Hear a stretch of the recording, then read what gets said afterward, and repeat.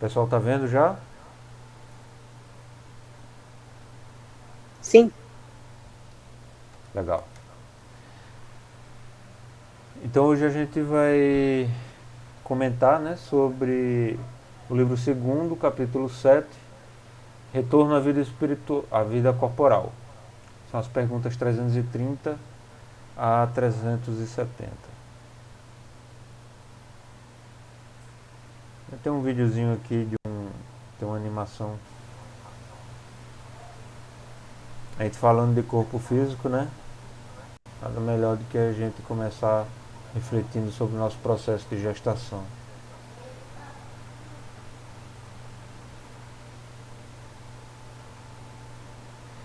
Vamos lá. Mundo espiritual ou dos espíritos, livro segundo, capítulo 7. Os pontos que nós vamos comentar aqui será o prelúdio do retorno, união da alma ao corpo e aborto, faculdades morais e intelectuais e influência do organismo. Então, prelúdio do retorno. Os espíritos não sabem quando reencarnarão, mas sabem que, sendo uma forma de se depurarem, um dia acontecerá e têm a sensação de que esse dia se aproxima. Então, é como os espíritos nessas perguntas eles até comparam, né, com o dia da morte. A gente sabe que um dia a gente vai morrer, né, que a gente vai desencarnar. Mas a gente não sabe quando isso vai acontecer. No entanto, o decorrer da vida, o decorrer do tempo, a gente vai tendo a sensação de que está se aproximando, né? Então, os espíritos, quando nós estamos no plano espiritual, a gente não sabe quando vai acontecer, mas devido, né, ao tempo que vai se passando, as coisas que a gente vai assimilando, a gente vai se preparando, a gente sente que há uma preparação para voltar, a gente vai se sentindo pronto para voltar para as experiências na carne. E sabendo, né, que a gente vai, apesar do nosso esquecimento durante a encarnação, a gente sabe lá muito bem no plano espiritual que é a forma de se depurar. É o jeito da gente consertar o que a gente fez de errado e de melhorar as nossas características, né, principalmente morais. Esse entendimento se aprofunda com a evolução e a experiência, tá? Então, a experiência e a evolução são importantes para que a gente aprofunde o entendimento sobre o processo de reencarnação.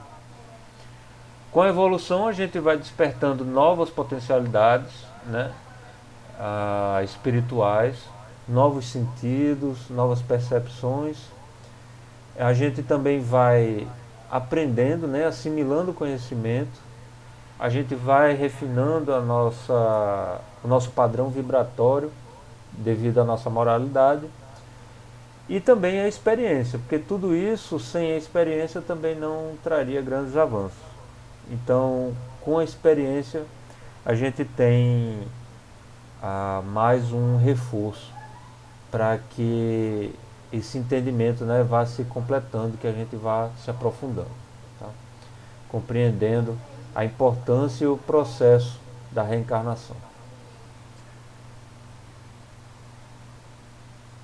Então tem duas situações que surgem diante da reencarnação. Uma é que o espírito pode pedir aprovação e outra é que pode recuar diante da prova.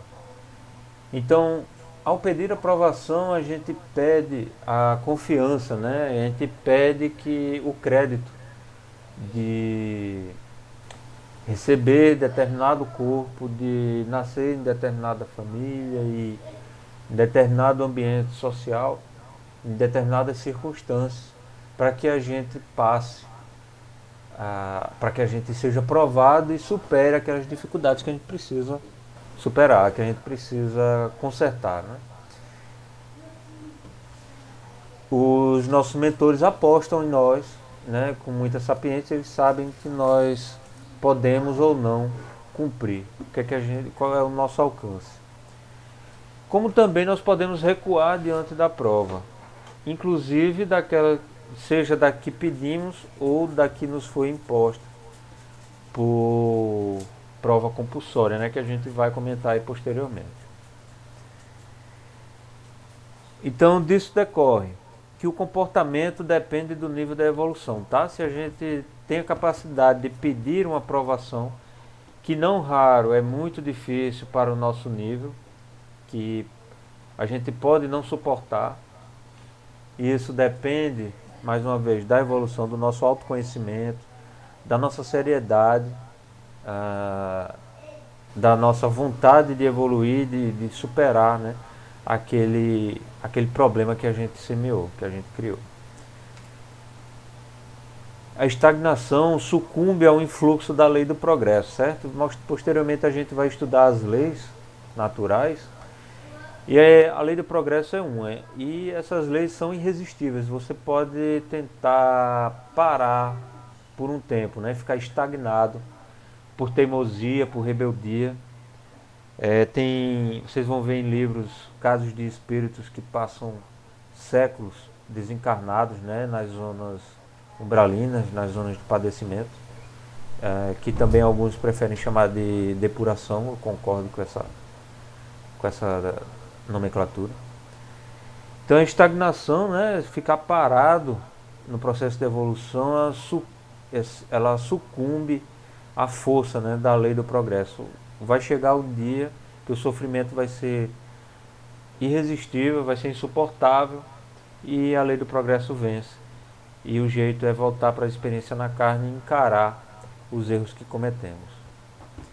O planejamento reencarnatório contempla todas as variáveis em função das provas a serem cumpridas, certo? Então o objetivo é cumprir as nossas provas, é reparar os nossos erros ou provar o avanço que nós já fizemos, certo? Diante disso é que é feito o planejamento reencarnatório. Então tudo na nossa vida é em função das nossas provas e expiações. É tudo feito sob medida. Se compulsória ou se recusa, o espírito pode renegar o corpo, a família ou o meio, e isso cria o sofrimento. Certo, então quando a reencarnação é compulsória, ou seja, ela é imposta, e isso geralmente é feito para espíritos que estão em grande profundidade de sofrimento, né, só para citar um exemplo, um suicida, né, que está numa monoideia, e o perispírito, ele não consegue remodelar o perispírito, né, ele está preso naquela ideia do suicídio, do seu sofrimento, das suas mágoas, enfim, o que estiver acontecendo com ele. Ele pode passar por uma encarnação compulsória, ou seja, ele vai ser colocado sem, vamos dizer, sem participação nenhuma dele, contra a sua vontade, e até talvez sem que ele tenha percepção, né? Sem que ele tenha ciência. Os mentores vão lhe encaminhar, com a permissão de Deus, eles vão encaminhar para o processo reencarnatório, que pode ser extremamente doloroso, mas que vai ajudar, pela força da formação das células físicas, a forçar a reestruturação, né, do seu perispírito, e talvez aí reordenar os seus pensamentos e lhe tirar da monoideia. Tá? Ou por rebeldia, por reprovar o plano, ou por velhos preconceitos, enfim, vários motivos, o espírito pode renegar o corpo que recebeu, ou a família em que nasceu, né, ou o meio em que ele está vivendo.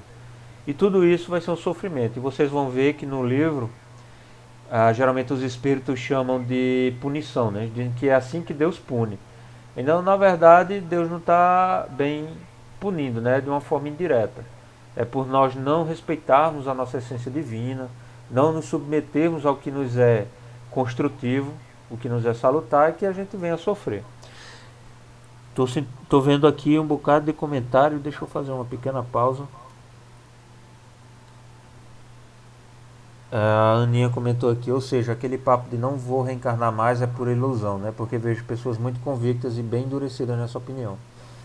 Não é porque a gente deseja o bem, tá? Que a gente quer o bem que a gente vai deixar de reencarnar ou ficar só nas colônias ou passar daqui para um planeta melhor. Não é bem assim.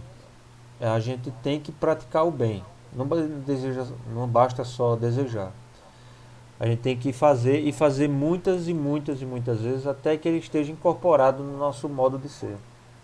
Aí a gente pode pensar em dar um passo à frente. Mas aí quando a gente chega nesse ponto, pelo que a gente já viu, a gente não quer sair do meio do sofrimento para ajudar os irmãos, né, que estão em dificuldade. Gustavo, para mim, quanto mais a pessoa fica afirmando isso, mais ela precisa de reencarnar. Olha o orgulho aí. Justamente, Gustavo, é isso mesmo. O orgulho se manifesta, né, de uma forma muito sorrateira.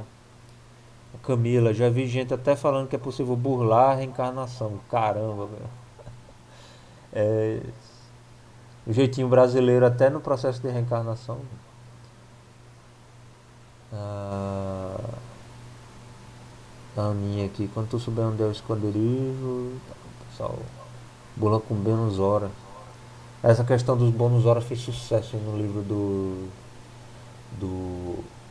do André Luiz, né? Nosso lá. Ele trouxe essa revelação aí, dos bônus hora. Bula prometendo bens na terra. É. Como se Deus não visse tudo. Eles devem só achar que estão burlando e a espiritualidade bem de olho.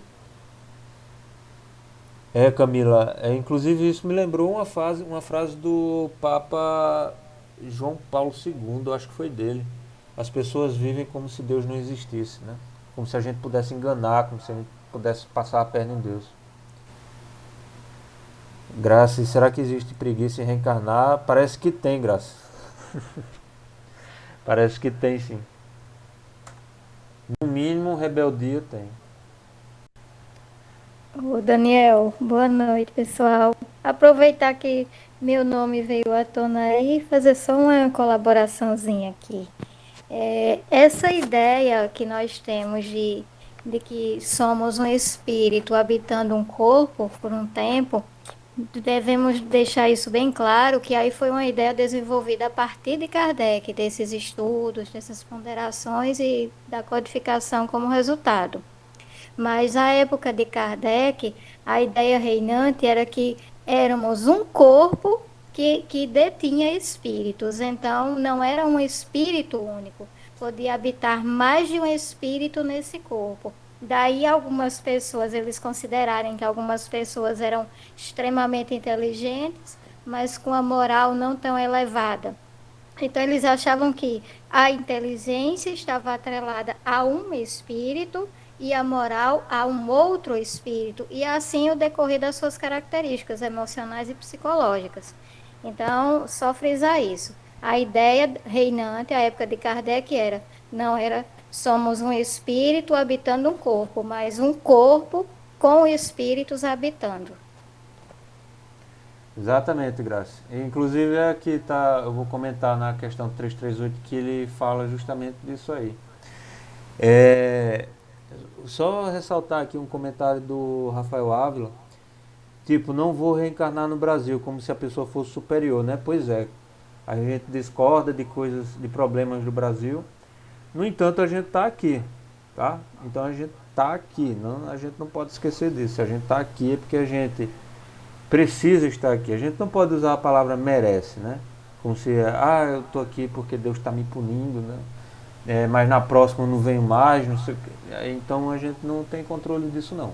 Até porque quando a gente está desencarnado, a gente já viu aí pelos estudos que a gente deseja se melhorar.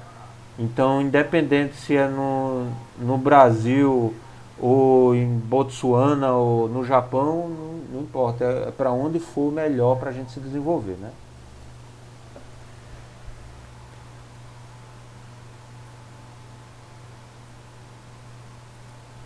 O Gustavo citou aqui o medo, na verdade o medo é de passar pelas provações, exatamente. Vamos comentar isso agora.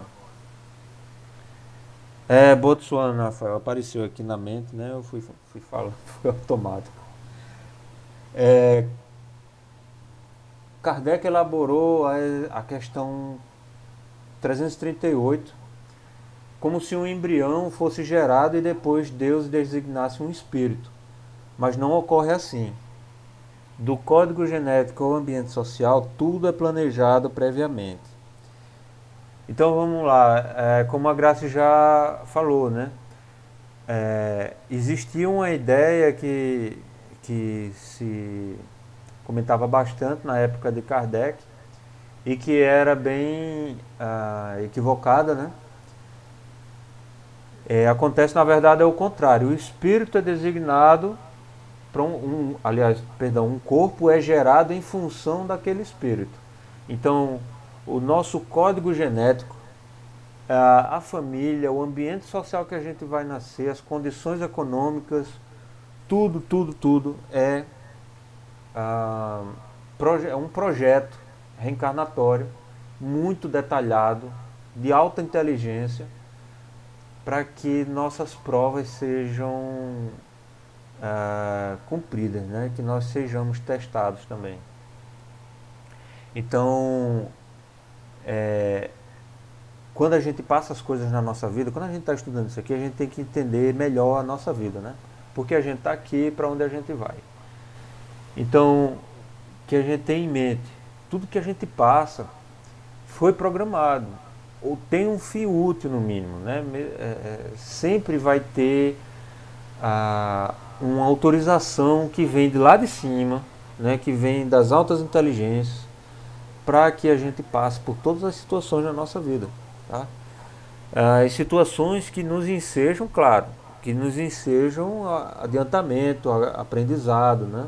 Para que a gente melhore a nossa moral, enfim, que a gente possa trabalhar a nossa reforma íntima. Deixa eu dar uma acompanhada aqui nos comentários.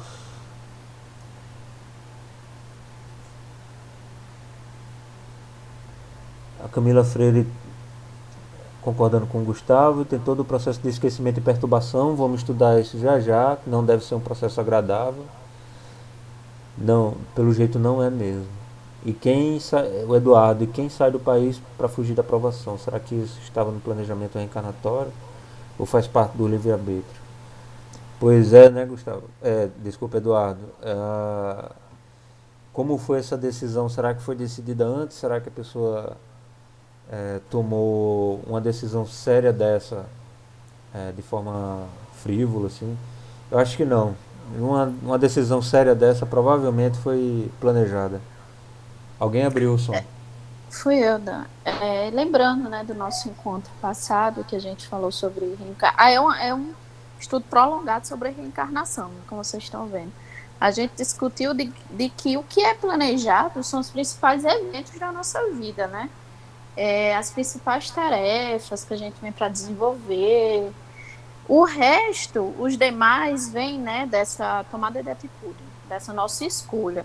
Tanto que no livro Os Mensageiros é contado várias histórias de espíritos que não executaram o planejamento reencarnatório. Eles mesmos decidiram por eles escrever, né, uma história. Então, a gente vem com esse planejamento para cumprir. Se a gente vai cumprir ou não, vai ser escolhas nossas, né? Aí aqui nos comentários surgiu uma questão, né, sobre a fuga do país de origem, né, para ir para um outro local.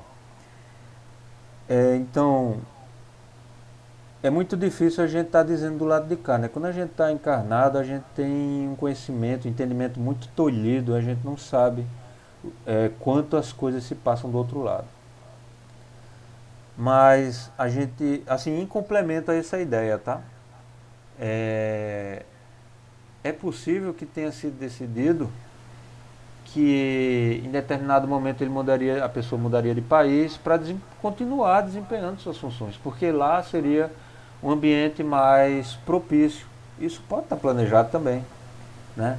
Nem sempre é realmente uma fuga, é como se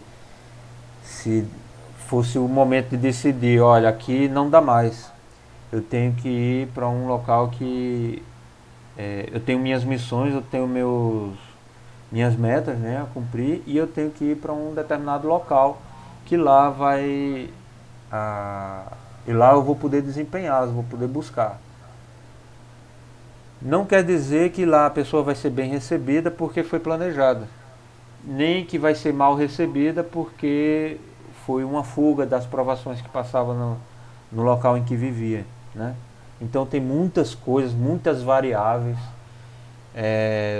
que estão no plano espiritual que depende da história de cada um e não tem como a gente dominar. Mas serve assim para a gente entender as possibilidades, né? E até entender um pouco melhor as decisões dos outros, respeitar, né? O que acontece com os outros e também exercer a nossa tolerância ao que é diferente, ao que nós mesmos decidimos, que a gente possa se perdoar, porque a gente sabe que tudo isso, aí como a gente está vendo aqui, tudo depende do nosso nível evolutivo. Vamos continuar aqui. Então, nascimento, né? Como o pessoal já colocou aqui nos comentários, é uma perturbação longa e obscurecedora, tá? Então ela vai turvar a visão e o entendimento do espírito que está sendo preparado para o nascimento. Já a morte é o contrário, continua sendo uma perturbação, mas ela é curta e é esclarecedora, né? Então é como alguns espíritos definem, né? Acordar para as luzes de uma vida nova, né? Da vida maior.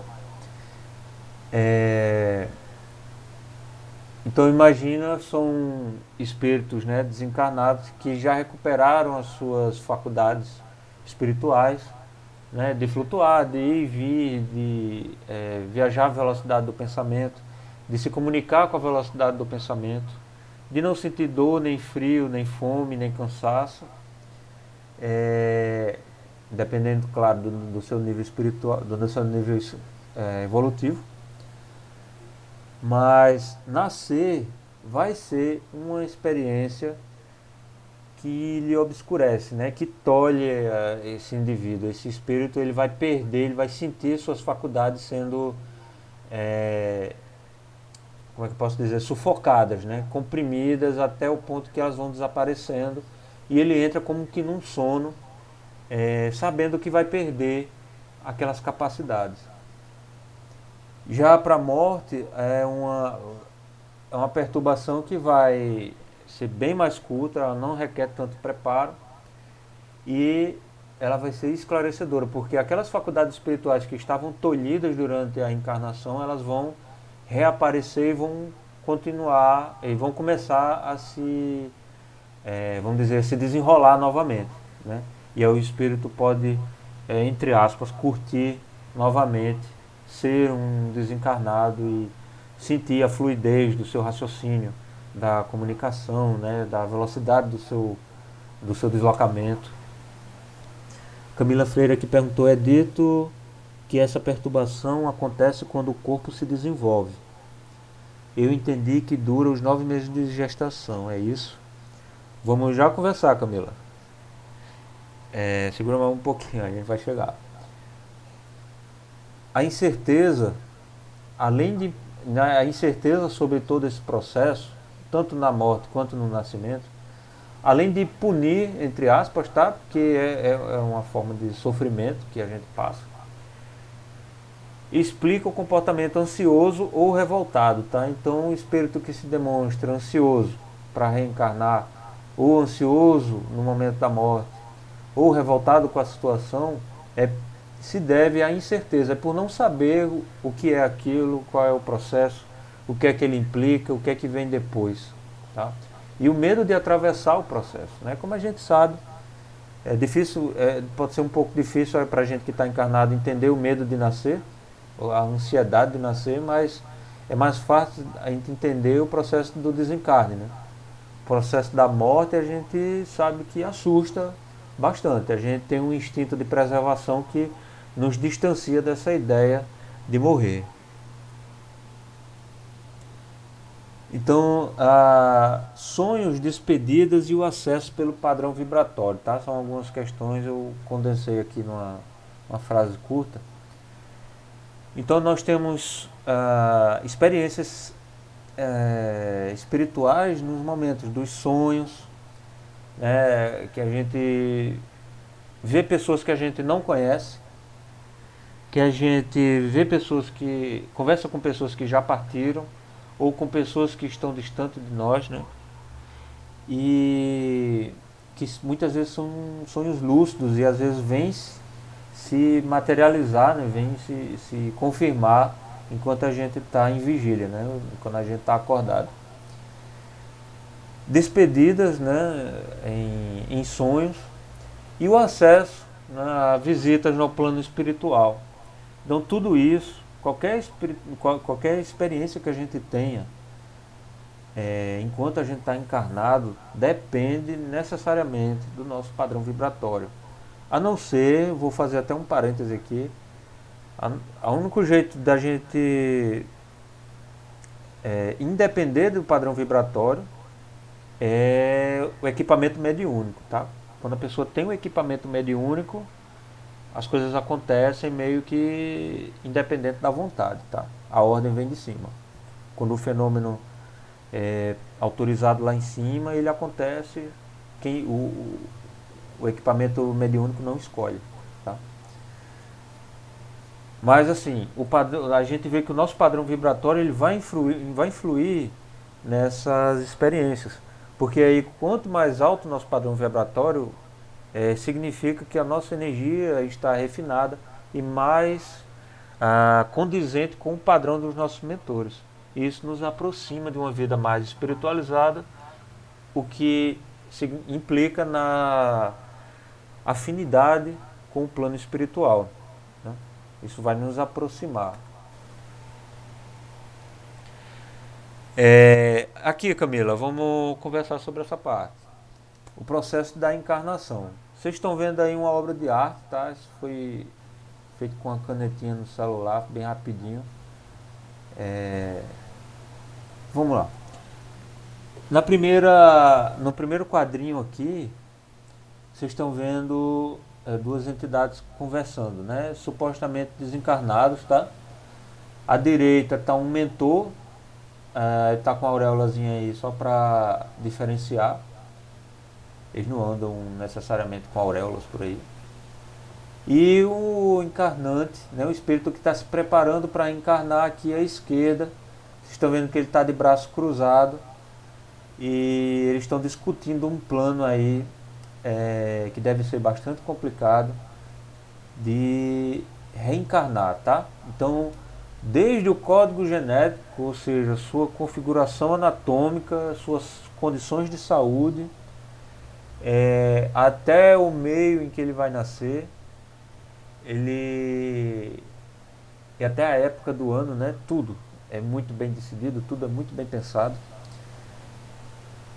para que ele supere as suas provas, para que ele supere suas dificuldades, né? Que ele seja testado e corrija o que fez de errado no passado, tá? Para que ele tenha suas provas muito bem desenhadas. Chegado a um acordo, né, com autorização superior, o mentor vai começar um processo de magnetização aí no quadrinho 2. Vocês estão vendo que ele está meio que tirado do chão, né? Assim, isso é só para reforçar a ideia da magnetização, que vai tirando ele de um estado pleno de consciência, de raciocínio, e ele vai começando a ficar entorpecido. Ele vai obscurecendo as suas faculdades espirituais e ele vai caindo como que num sono, né? Como se fosse uma hipnose. E ele entra no quadro 3 aqui, que é o do esquecimento. Esse obscurecimento das suas faculdades, do seu raciocínio, vai levar a um esquecimento de tudo que ele já viveu, de todas as suas encarnações anteriores, do que ele fez e do que fizeram a ele. E ele vai guardar vagas sensações, né? Só aquilo que está mais enraizado na sua psique vai ser preservado, tá? Então isso é um trabalho, o magnetismo vai se processando de forma que os nossos irmãos espirituais descrevem isso em algumas obras, que se forma como se fosse uma redoma ao redor do reencarnante, né? E uma ligação do seu perispírito vai sendo formado em direção ao ventre materno que recebeu, né, a incumbência, né? E aí no quadrinho 4 vocês têm aí os pais vibrando, né, a gestação. A barriga já está grandinha, mas não começa nessa fase, começa bem antes. Já na primeira, como eu posso dizer, na fecundação, já começa a ligação, certo? Houve a fecundação, já começa o processo de ligação do reencarnante, né, do seu perispírito ao feto, né, aquele embriãozinho, né, que está sendo ali formado. E vocês estão vendo aí a presença de uma entidade espiritual, que é um mentor da família, que está aí cuidando desse processo no plano físico. Ele conversa inicialmente com os pais, né, sobre a chegada do espírito que vai reencarnar. Então os pais sabem quem está vindo, tá? Então quando a gente diz, não, porque não nasceu um espírito afim, é por isso que não se dá bem com os irmãos ou com os pais. Vamos botar em pratos limpos, conversa fiada, tá? Porque isso é feito com a nossa consciência. Desculpa, a gente está ciente do processo que está se desenrolando. Isso é conversado, isso é acordado com a gente. Ô, Daniel, Oi. só uma intervenção bem rapidinho. Quando algumas pessoas questionam sobre os pais, meus pais não me querem, ou eu não desejo, não há amor entre nós, não tenho motivos para amá-los ou respeitá-los, quem é espírita, né, e se detém um pouquinho a estudo, deve meditar sobre isso. Antes de qualquer coisa, eles aceitaram nos receber, né? Exatamente. Podem até falhar posteriormente, mas se estamos aqui encarnados, antes foi pelo concurso, pelo sim que ambos deram. É isso aí, Graça.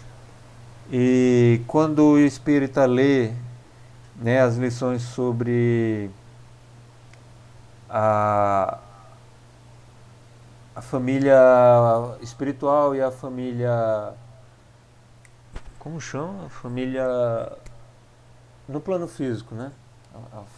A família de sangue. Desculpa, eu esqueci a expressão. Quando a gente estuda sobre isso, a gente não pode querer justificar as coisas por esse prisma, tá? Não, é porque não são espíritos afins. Não. Existe o acordo, houve a aceitação. E por mais difícil que seja, foi aceito, tá? Então, mesmo na gravidez não planejada. Daniel, eu queria complementar que, inclusive, eu ia compartilhar antes com vocês, mas agora não, vou compartilhar depois. Que no livro Missionários da Luz, se eu não me engano, a terceira obra de André Luiz, no mundo da série A Vida no Mundo Espiritual, tem um relato de um processo de reencarnação que é chamado de a reencarnação Segismundo. Tem até um vídeo muito bacana que eu depois vou compartilhar com vocês. Que lá eles mostram, né, como é o processo da aproximação do espírito na futura família, né? E a gente estuda nas obras básicas que o processo reencarnatório, né, é a partir da fecundação, e a gente pode até refletir um pouco mais a fundo nisso, de que talvez esse processo já se inicia antes mesmo de existir fecundação. Justamente por causa do planejamento, do espírito estar lá, né, vivenciando, se aproximando no lar que ele vai reencarnar. Então, futuramente, talvez a gente se depare com essas reflexões, né? Respondendo a Camila, que é uma pergunta muito interessante, tá? A perturbação acontece enquanto o corpo se desenvolve. Eu entendi que dura os 9 meses de gestação, é isso? É isso e mais um pouco, Camila, porque o processo de magnetização já começa a entorpecer o espírito, né? Depois ele vai para a fase de esquecimento, ele está sendo preparado. Enquanto isso, vai ter o processo de fecundação, porque já estava tudo planejado. Inclusive, essa ligação é a que causa a seleção do espermatozoide. O espermatozoide que consegue vencer a parede do óvulo e entrar é porque ele tem mais afinidade com o perispírito do encarnante. Ele que consegue, é, eu estou querendo usar a palavra de nortista, varar a parede, atravessar a parede do óvulo, né? E iniciar o processo de fecundação. Então ele começa antes, não sabemos quanto tempo antes, e passa os 9 meses, e a gente sabe que mesmo que depois de nascer, a audição é um problema, é um sufoco para o bebê, né? A visão, mesmo que o bebê abra o olho, a retina não está completamente formada, ele só vê vultos, né? Todas as sensações são extremamente fortes e desorganizadas, a percepção é muito complicada. Então ainda há uma perturbação, ainda há sabe, essa perturbação que a gente fala é uma confusão, é uma incapacidade de interpretar o que acontece com ele e com o meio, né? Então dura os 9 meses e mais um pouco. Deixa eu ver aqui, a Graça comentou que toda noite sonha estar trabalhando. Parabéns, Graça. Muitos bônus horas para você.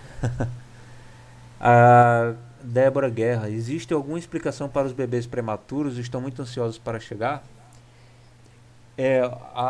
O nascimento prematuro, ele é um fenômeno biológico, né?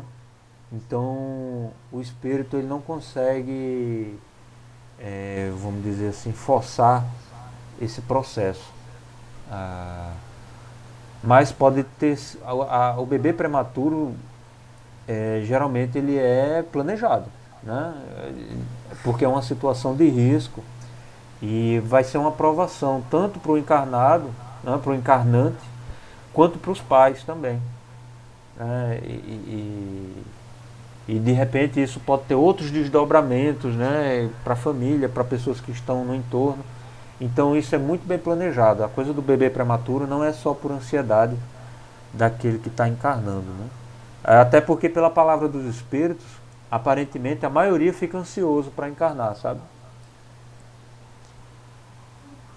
Então tem aqui uma observação embaixo. O trabalho do mentor também é planejar, né? Então além dele cuidar da gente, ele também planeja a nossa reencarnação. Tá? Ele tá junto com a gente. União da alma ao corpo e aborto. Tá? O desligamento precoce pode ser planejado, mas enseja novo preparo em mais ou menos tempo. O desligamento precoce é um termo aí quase técnico, né? Bem leve, né? Um eufemismo. Mas é a morte, tá? É um desencarne precoce. Bebê ou talvez ainda no útero. Ser um natimorto, né? Isso pode ser planejado, mas enseja um novo preparo, né? Então, de qualquer forma, tem que ser, vai ser preparado uma nova experiência, um novo corpo, uma nova situação, né? Então, se foi a ideia para que esse espírito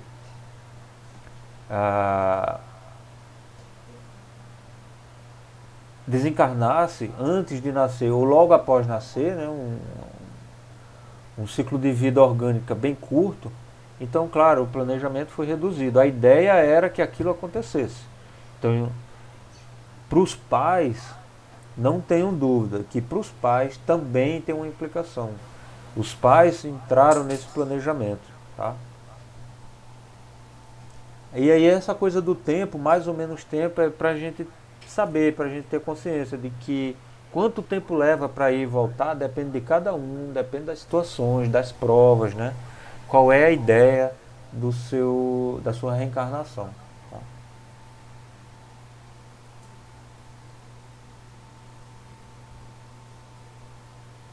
O Nian reforçou aqui que o aborto espontâneo, tá? A gente está falando do aborto espontâneo, porque do aborto proposital, né? O aborto intencional, ele constitui um crime, ele é um agravo contra a lei divina. Estou falando, eu tenho que fazer esse parênteses, à luz da doutrina espírita, tá? Não é posicionamento político nem pessoal, isso é a luz da doutrina espírita. É um crime, é um agravo contra a lei divina. E ele pode ser previsto pela espiritualidade, e a espiritualidade muitas vezes usa a nossa maldade, a nossa irresponsabilidade, as chances que nós temos de cometer erros. Às vezes eles usam isso para tirar um bem, né? Mas um agravo contra a lei natural continua sendo um agravo. Tá?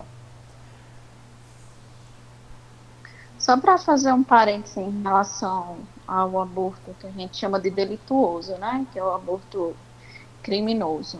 Não é o espontâneo, né? Aquele que não depende da vontade, tanto do pai como da mãe. Quando a gente entra nesse aspecto, é bem reforçar isso que o Daniel falou, né? De estar estudando em cima do livro dos Espíritos. Essa questão, porque é um assunto muito amplo, né? Que mexe com filosofias de vida, questão de livre-arbítrio, questão de escolha, de direito da mulher, né? E tem várias vertentes, a gente poderia passar várias horas conversando sobre isso, né? A gente sabe, assim, que o espiritismo ele não tem essa visão punitiva, ela tem essa visão acolhedora, esclarecedora, né? De acolhimento mesmo. Era só isso mesmo. É importante, né, salientar bem. O Rafael colocou aqui um comentário e recomendo que leiam, pessoal. Valeu, Rafael. Importante o teu comentário, cara. São muitas variáveis, muita coisa. Principalmente o que mais me preocupa, sabe, nas chances que tem de acontecer, quantas razões pode haver por trás de cada fato, que a gente começa a julgar, que a gente estuda, a gente procura entender as coisas, e aí a gente começa a tentar diagnosticar e acaba julgando, porque a gente não sabe, né, quantas variáveis estão envolvidas ali. Além de poder ficar obcecado com aquilo. Né? Porque quando a gente vê nessa questão, principalmente de alguns espíritas mais conservadores, é mais nessa questão da agressividade mesmo, né, da imposição, da perseguição, de forma a tornar, de julgar, né, a quem quer que seja. Então, muitas formas de viver, muitas histórias, muitos conflitos para a gente estar colocando todo mundo assim na mesma régua, né? Na mesma forma de entender, compreender a vida, né? O esquecimento causado pela encarnação se deve ao aperto do laço e às vezes provocar o desejo de fuga, tá? O esquecimento do passado, tá? Que ocorre no processo, no preparo para a encarnação, ele se deve ao aperto do laço. Quando a gente falar em laço, vai ser esse laço que se formou aqui, deixa eu voltar, no quadrinho 3, tá? Quando o espírito está sendo preparado já para encarnar e vai se formando esse laçozinho aí até o ventre materno, tá? Ô Daniel, esse Sim. laço, o laço fluídico, seria o cordão de prata que outras vertentes espiritualistas denominam? Isso mesmo. É isso mesmo. Obrigado, Graça. É o que o pessoal chama de cordão de prata, esse laço, né, fluídico aí que interliga o espírito, que só existe enquanto está encarnado, né, que fica ligado do corpo físico para o perispírito. E aí algumas pessoas com mediunidade, ou dependendo de circunstâncias especiais, quando a pessoa está em desdobramento, é uma forma de diferenciar, né, de um desencarnado. você está vendo um perispírito ali, um espírito está se manifestando, mas ele tem um cordãozinho, né, um fio que se prolonga até se perder de vista. E ele vai estar ligado no corpo físico. Então, quando tem esse cordãozinho, os médiuns já sabem, isso aí é um encarnado, está desdobrado. Tá? E às vezes esse esquecimento é o que pode provocar o desejo de fuga, porque no momento que a gente vai reencarnar, que a gente está planejando, a gente tem coragem, a gente tem vontade de passar pelas provações, de espiar. Mas aí quando a gente chega na carne que a gente não lembra mais de nada, aí pode querer fugir. A gente pode achar injusto, não entende por que está acontecendo aquilo, né? E a gente jurava, enquanto a gente estava do lado de lá, que a gente ia dar conta. O desenvolvimento do corpo físico proporciona acesso parcial à memória do espírito. Por isso se diz que a criança é maleável à educação e por volta dos 9 anos a personalidade aflora. Eu estudei um pouquinho, eu fiz uma pós-graduação em pedagogia, né? E isso se confirmou lá, que é realmente aí entre os 7 e 9 anos a criança começa a dar os sinais da sua verdadeira personalidade. Ela vai começando a mudar assim bastante. Ela vai saindo daquele padrão de criança e vai começando a mudar. Vai começando a dar sinais de quem ela vai ser. Isso coincide, além do desenvolvimento, né, do corpo físico, também com o aperto do laço, desse laço fluídico que a gente falou anteriormente. Tá?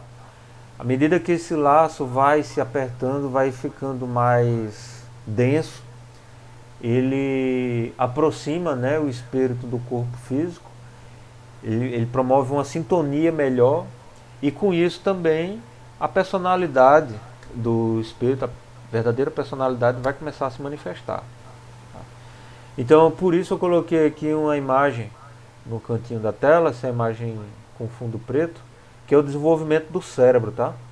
Então vocês vão ver aqui pequenininho, com 29 dias, 33, 52 dias, 59 dias, e aí ele vai crescendo, há 9 meses aqui, vocês veem que já tem o formato do cérebro, com 9 meses de idade, tá? E aqui um jovem, uma criança jovem, um adolescente e um adulto. Então vejam que o cérebro está em desenvolvimento junto com o corpo. Ele não nasce já totalmente preparado. E aí nessas fases, nesses primeiros anos de encarnação, pela falta de desenvolvimento também do cérebro, o espírito não consegue se manifestar plenamente, com todas as suas características, com todos os seus traços de personalidade, né?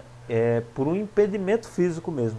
Não há um equipamento que permita traduzir tudo que pensa, tudo que sente, tudo que ele quer. Principalmente aí o córtex pré-frontal, que vai se desenvolver já lá para depois no final da adolescência, né? Chegando na vida adulta.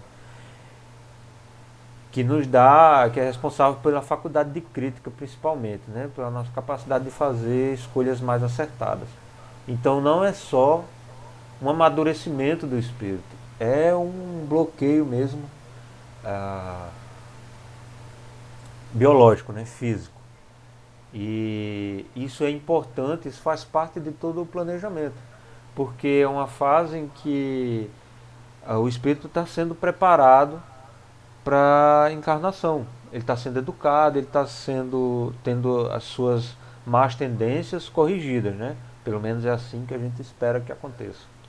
Suas más tendências vão ser corrigidas pelos pais, pelos irmãos mais velhos, tios, avós, aqueles que lhe amam, que estão participando do seu processo educativo, dos professores, né?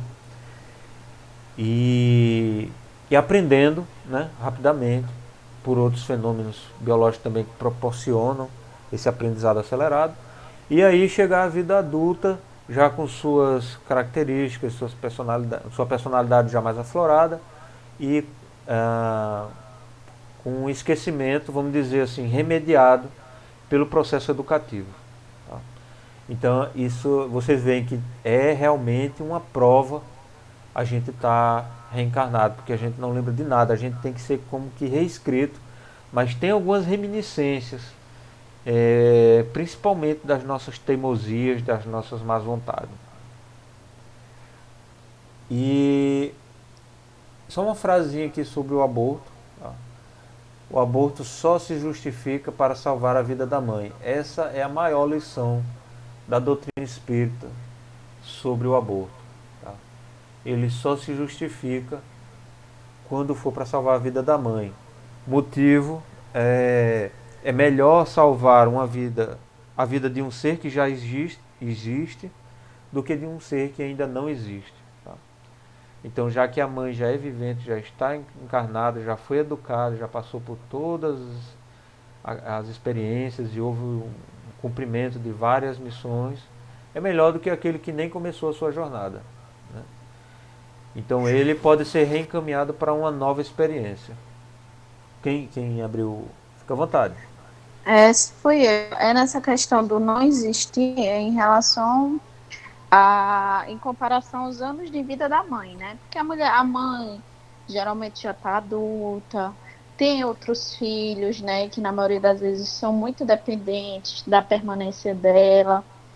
E que assim, que apesar disso tudo, ainda tem mães que ainda preferem, né, ter seus filhos. E um exemplo de uma mãe que a gente tem bem próximo da gente é a mãe de Divaldo Franco. Divaldo Franco foi o último filho, né, da família, foi o caçula. E o médico disse que ela teria que abortar, porque se ela não abortasse, ela iria morrer. Ia morrer os dois. Aí ela disse que a maternidade não era... Como foi que ela disse? Maternidade não era para tirar a vida, mas era para dar, né? E aí Divaldo nasceu. Então, são exemplos, né? Na verdade, isso aí não é regra de vida para todo mundo, né? São exemplos. Vamos lá. Eita, o tempo está apertando aqui. Faculdades morais e intelectuais. Maldade, tá, é um estado passageiro, coisa que a gente precisa lembrar, principalmente nessa época que a gente está vivendo de muita notícia ruim, né, muita revolta com a maldade no mundo, que acho que a gente nunca teve tanto contato com maldade de todo tipo. A gente tem que lembrar, é um estado passageiro, tá? Pois existe em função da imperfeição. Então nós não somos imperfeitos, nós estamos imperfeitos. Nós estamos em desenvolvimento. E esse desenvolvimento vai apagar, né, a má tendência, né, todas as imperfeições, inclusive a maldade. Tá? A moral e o intelecto fazem parte do nosso tesouro devolutivo. Não estão alocados nem pertencem a entidades distintas, tá? Que é aí, como que a Graça falou, pra gente pode parecer estranha a ideia, né? Mas naquela época, lá em 1850, existia essa teoria. Então a moral e o intelecto, elas fazem parte de nós, do que nós aprendemos, está na nossa psique. E não está alocado numa parte do corpo, nem numa parte do perispírito, nem pertence a entidades distintas que poderiam estar animando o corpo, né? Como se fosse um espírito para a inteligência, um espírito para a moral, um espírito para a força física. Então não é assim que acontece. São tudo características do mesmo espírito encarnado. Eu só salientar aqui que já houve casos assim de eu ler um livro, né, e parar a leitura por discordar do que eu, no alto da minha sapiência, tá? Desculpe. Só contando assim, acontece com um com o outro. Mas a gente discordar do autor, né? O livro dizia que por várias páginas ele tentava explicar como a memória está alocada, depositada, assim, arquivada no perispírito. E eu discordo veementemente. Né? Não deu mais para engolir, aí deixei o livro para lá. Então, assim, porque a gente, vamos pensar, se o nosso perispírito vai ficando cada vez mais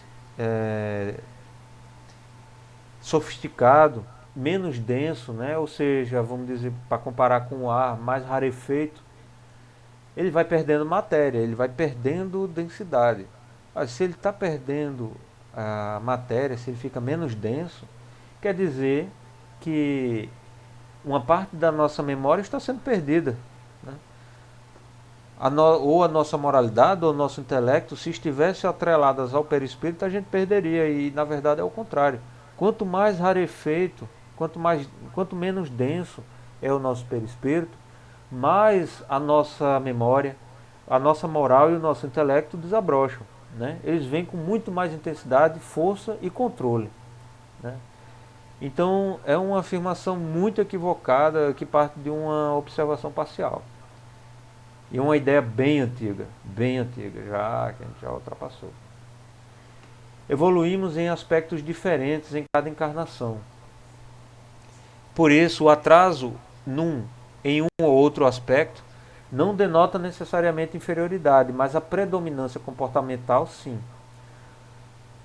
Então, olha só, evoluímos em aspectos diferentes em cada encarnação, tá?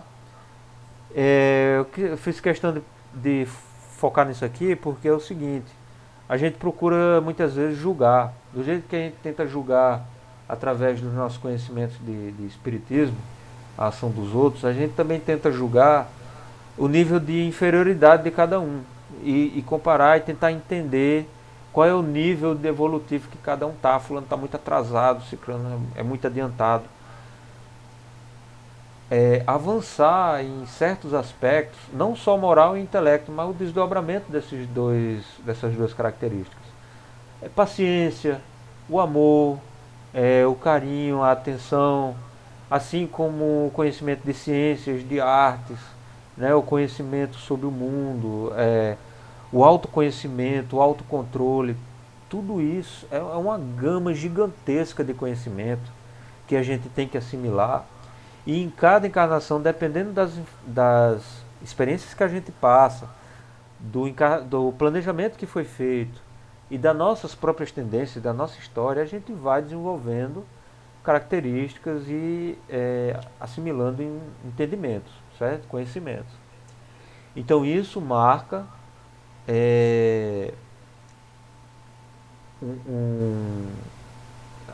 um avanço que abrange diferentes aspectos, mas não quer dizer que a gente seja mais avançado do que um ou que outro. O que vai mostrar, o que pode dar o sinal de realmente estar num nível inferior ou superior de adiantamento, de evolução, é a predominância comportamental. Então é a maioria das nossas escolhas, a maior parte dos nossos comportamentos é que vai dar um indício do nível em que a gente está de evolução. E vendo aí eu acho que está bem claro que nesse estudo nosso aqui, a quantidade de variáveis é assustadora e nos afasta de qualquer julgamento, de qualquer interpretação, porque provavelmente a gente vai errar, né? Então a gente não deve nem tentar lançar uma nota evolutiva sobre alguém. É melhor que a gente entenda o seguinte: se estamos todos nós no planeta Terra é porque a gente está tudo no mesmo barco, né? O planeta Terra é o barco em que a gente tem que estar e estamos trabalhando junto pelo planeta e pela evolução uns dos outros. A influência do organismo. O corpo tolhe o raciocínio e bloqueia a lembrança do espírito. Mas também o seu enfraquecimento permite acesso às faculdades espirituais, mesmo que não haja equipamento mediúnico. Vamos lá, a gente viu que tolhe o raciocínio, né, e bloqueia a lembrança. Mas também o seu enfraquecimento, certo? O enfraquecimento do corpo físico, por exemplo, os momentos finais, antes do desencarne, né? Ele permite o acesso a algumas faculdades espirituais, tá? Então é comum que a gente veja relatos de pessoas que estão no leito de morte afirmarem que viram alguém, como aconteceu com minha avó, de ela saber que alguém partiu, né? Ela pediu notícia, ela disse: ele veio aqui me visitar. Então ela estava com um contato espiritual aflorado devido à fraqueza do seu corpo. É como no momento do sono, quando o corpo, a máquina física vai desligando, o espírito vai se libertando e pode curtir um pouco mais das suas faculdades, tá? Espirituais. Mesmo que não haja equipamento mediúnico, tá? Ou seja, mesmo que o corpo físico não esteja preparado para ser médium, essas experiências vão ocorrer por causa do enfraquecimento do corpo, né? Ou por causa do entorpecimento dele. A evolução do corpo físico, com o refinamento das moléculas, dá origem a uma humanidade cada vez mais espiritualizada, sábia e previdente.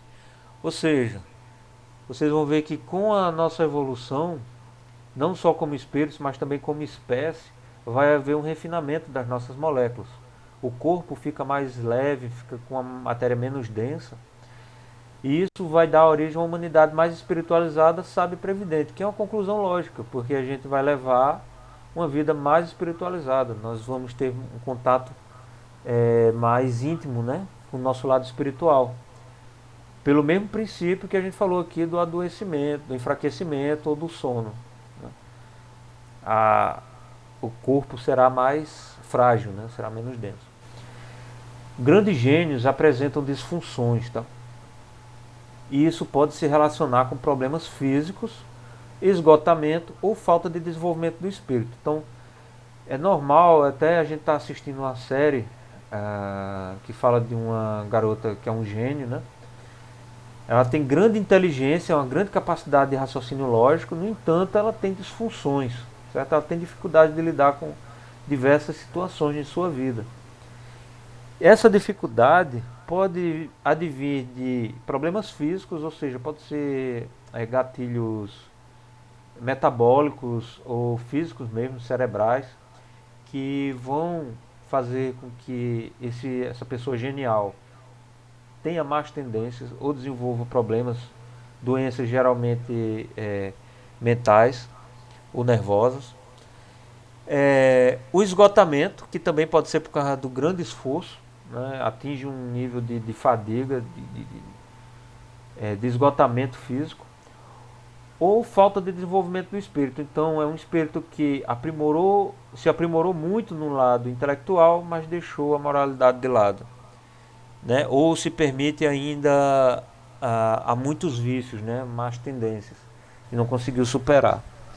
Então é bem claro para a gente, já acredito nesse nível de estudo, que avançar muito nas ciências não quer dizer avançar na moralidade ou no autoconhecimento, né, ou no autocontrole. E aqui uma perguntinha. Parece contraditório, né, que o amadurecimento do corpo físico proporcione revelação do espírito encarnado, ao passo que seu enfraquecimento proporcione acesso às faculdades espirituais. Vocês entenderam aí essa pergunta? Parece uma contradição, né? Quando eu estava fechando o estudo, eu percebi isso. A princípio pode parecer uma contradição. O amadurecimento do corpo físico, né, que completa a nossa encarnação, vai proporcionar a revelação das nossas características, da nossa personalidade como espírito. Mas também o enfraquecimento da máquina orgânica vai proporcionar acesso às faculdades espirituais. Alguém quer comentar essa linha? Já vamos encerrar, tá, pessoal? Passei 10 minutos. Pode ser ninguém? Fica à vontade. Vamos lá. Trazer uma experiência pessoal, de leve.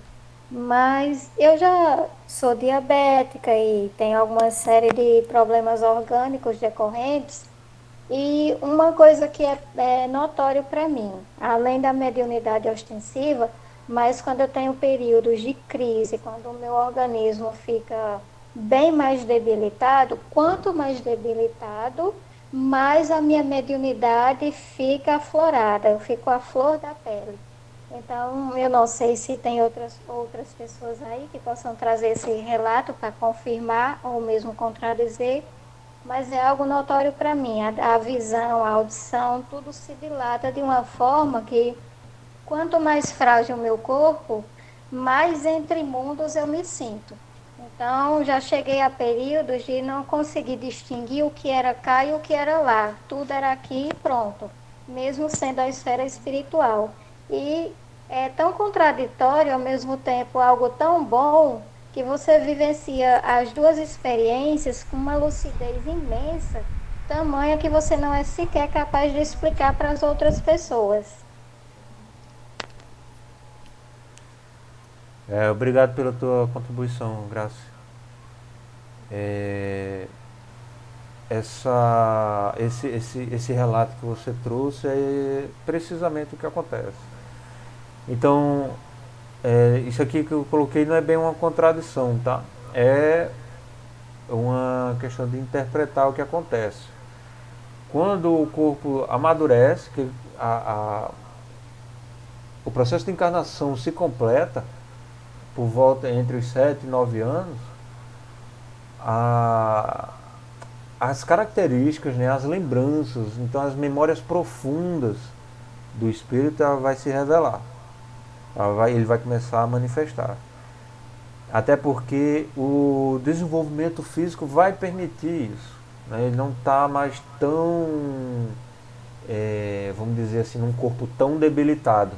Ele já vai começar a ter a condição de elaborar seus pensamentos, suas ideias com mais segurança, com mais, né, uma capacidade mais avançada. Quando há o enfraquecimento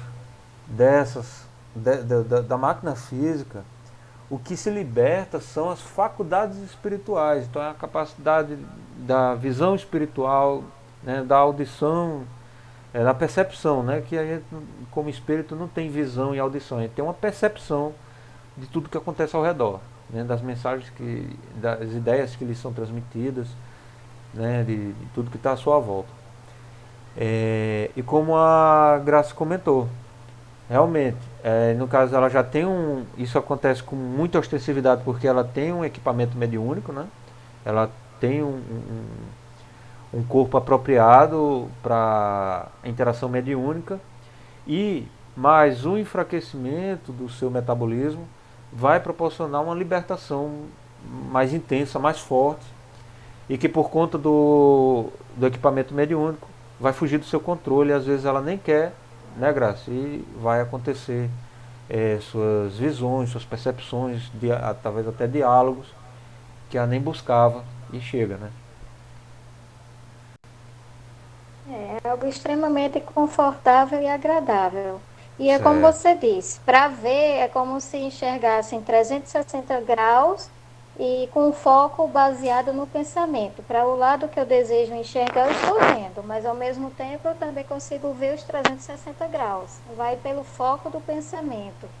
As comunicações também eu percebo que acontecem em blocos, não são palavras, como aqui. Uma palavra formando frases, frases formando orações, não. É como se fossem blocos de conhecimentos que são extremamente compactos, mas ao mesmo tempo contêm informações gigantescas ali dentro. E a percepção e sempre aquela sensação de estar flutuando. Não conseguir tocar o chão, não sentir muito bem a cama e isso ser extremamente confortável. Então, em geral, é mais ou menos assim. É a velocidade do pensamento, né? A comunicação na velocidade do pensamento. Graça, mais uma vez, obrigado pela tua contribuição. Muito, muito boa. Então, finalmente, pessoal, passei 15 minutos do horário, desculpem. Para encerrar, aquela perguntinha, né? Que vem aí da evangelização infantil, tá? Em que o corpo é uma dádiva divina. E aí que a gente se pergunta, será que eu estou tratando meu corpo físico como dádiva divina? Tá bom? Então que a gente pense diante de tudo que a gente já estudou, de tudo que a gente já conversou e aprendeu sobre o corpo físico, que a gente lembre de respeitar como dádiva divina. Então, eu vou aqui... Ah, não. Interrompi agora não. Então, pessoal, é isso. Vou interromper aqui e voltar para a janela.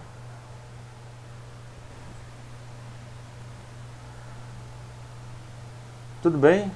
Podemos encerrar? Alguém quer fazer alguma pergunta ou fazer um comentário?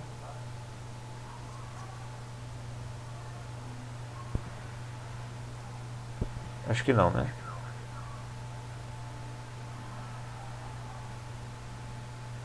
Deixa eu ver aqui só os comentários se eu perdi alguma coisa.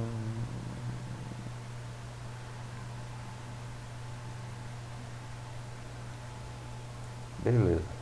Então vamos fazer a nossa prece para encerrar. Obrigado, Camila. Então vamos nos concentrar, dirigir o nosso pensamento ao alto, agradecer ao nosso Mestre Jesus, que presida todas as reuniões em seu nome, pela bela noite, pelos recursos tecnológicos, pelo conhecimento, pelos nossos livros e, sobretudo, pelo sacrifício empreendido para trazer até nós o Evangelho e a doutrina espírita. Obrigado pelos pioneiros, pelos sábios que se envolveram nesse grande trabalho e que continuam trabalhando no silêncio, no anonimato, com muito amor e devoção ao próximo, no movimento espírita e intuindo a cada um de nós no sentido de estudar, de compreender e de aplicar principalmente esses conhecimentos. Que nós tenhamos uma noite de paz, de muita reflexão construtiva e que coloquemos nossas cabeças nos travesseiros, refletindo sobre como podemos ser melhores amanhã. Assim seja. Vou aqui encerrar a gravação.